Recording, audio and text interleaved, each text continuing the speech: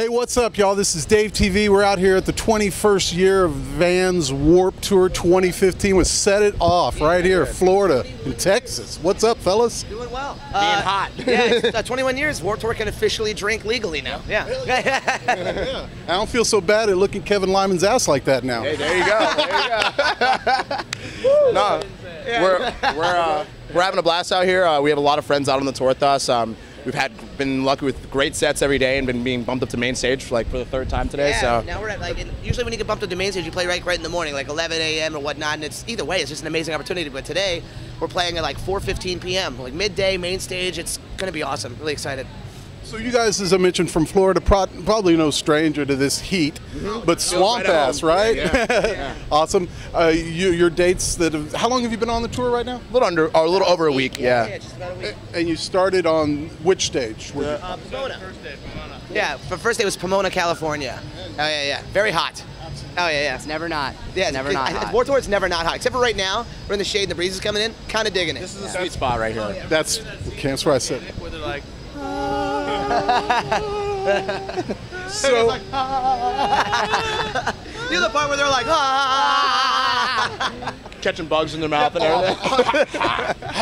so when you're on a bill like this, man, with all these fucking bands, like, man, you know, every style's represented. Yeah. You guys have a very unique sound. Thank the you. symphonic things going on, and pop and punk. It's like, man, you just come deliver the goods. You have a logic behind it. You get out here and go, this is our plan. We're going to kill everybody with this, or what The happens? best plan you can do is just be yourself as a band. Don't try to cater to, like, all right, there's heavy bands, let's play a heavy song. There's pop bands, let's play a pop song. Just play the music that is you, and people are either dig it or they don't. But I think people will appreciate a band that is more true to themselves than a band that's just trying to be a chameleon. We used to try to do that. We used to try to like fit in like with all these other like type of bands. Now we just, you know, we're more of a pop-based band now.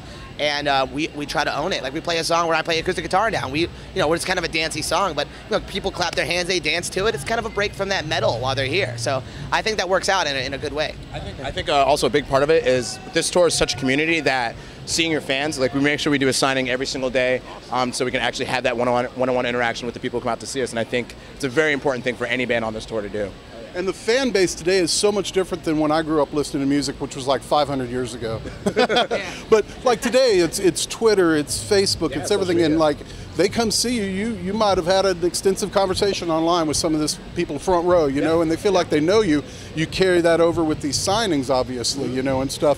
Has that ever been weird, or is it all pretty good experiences? I think it's definitely the fact that the entire community is closer because of that. I think it's always a good thing. I mean, the fact that people can go and before it used to be you could only see them at the show and that was it. And now we have this connection online and through videos that we post and tweets and things like that. I just think it's amazing. It's more intimate that way. Absolutely. It tears down a certain wall that used to be there, I think. So, so videos, you know, you do release a lot of YouTube content.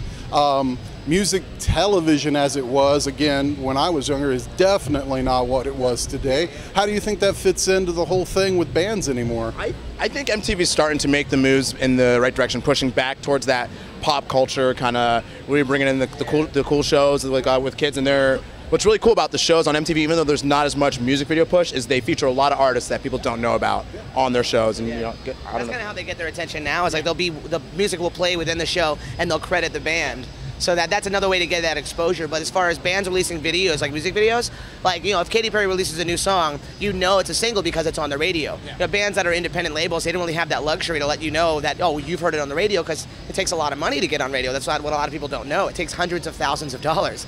So what the way bands are able to say, this is our single, is music videos. That's a great way to be like, all right, here's our summer single, you know, Forever Stuck in Our Youth, which we're releasing a new music video for that July 4th, by the way. Really stoked for that. But you know, we did the video ourselves, and the way we let people know that this is our song we're pushing is we have a video with it, and that's kind of our, you know, radio play. Put it out on Vivo and YouTube, which has kind of become the new MTV, really. It really has. And that's where you go to find new music, honestly, yeah. It's like immediate. So, couple questions that are, you know, just to throw out there, like, what do you listen to? What did you listen to? Each of you, kind of, what's some of the favorite music you dig? I know across the board from different parts of it, we all love the 90s era. As far as me, I grew up listening to a lot of jazz, funk, R&B, rock, but I guess Counting Crows was probably like the first rock band that was like, I really love the genre. Mr. Jones, that song was like the first memory I have of hearing rock music. Great song. Right? Amazing. Yeah. How about you? I mean, starting out, it was a lot of that early 2000s, late 90s, kind of pop punk, Blink-182, Green Day, Sum 41, things like that. It's kind of where I got my start, and then it grew from there. Yeah, I mean, same like Dan said, old like 90s and stuff like that. My dad was, my mom and dad were in a band, and they played like covers of like 70s stuff. So Earth, Wind and Fire in Chicago, or really, I love bands like that, or like soul bands like Tower of Power. I really like, you know, influencing that sort of thing in our music as well. Because that, God, it was such a good era of music. And but yeah, and also like R&B, pop bands. I miss boy bands. I really do. Oh yeah. Yeah, I think personally, I grew up not the biggest musical family, but I found music through the radio, like Sum 41 and Blink-182, and then I moved on and found like Brand New and Taking Back Sunday, bands like that. You know, that's really where I got most of my influences from.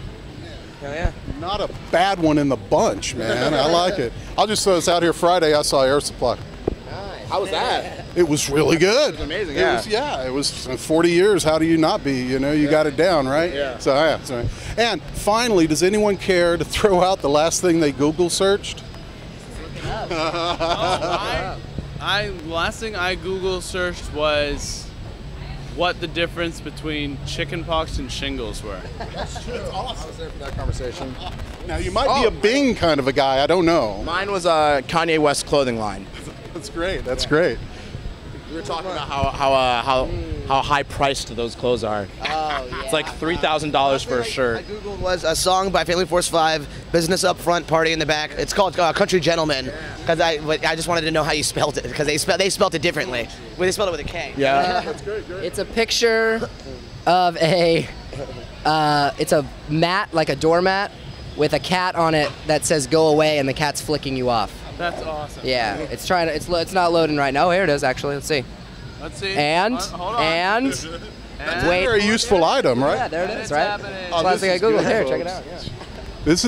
This is what everyone needs. A cat flipping you off. Can you have a bear as a pet? I think that's the other one we would Google. That's great, I'm guys. down to try, man. You know. Put him on a leash. He's like super nice. Like, hey, what's up, sir? I'm a bear. What's up? Bears are cool. Well, thank you, fellas. I know you're very busy today, man. Set it off from Florida doing Warped Tour and on DaveTV. Thank you guys so much. Hell yeah.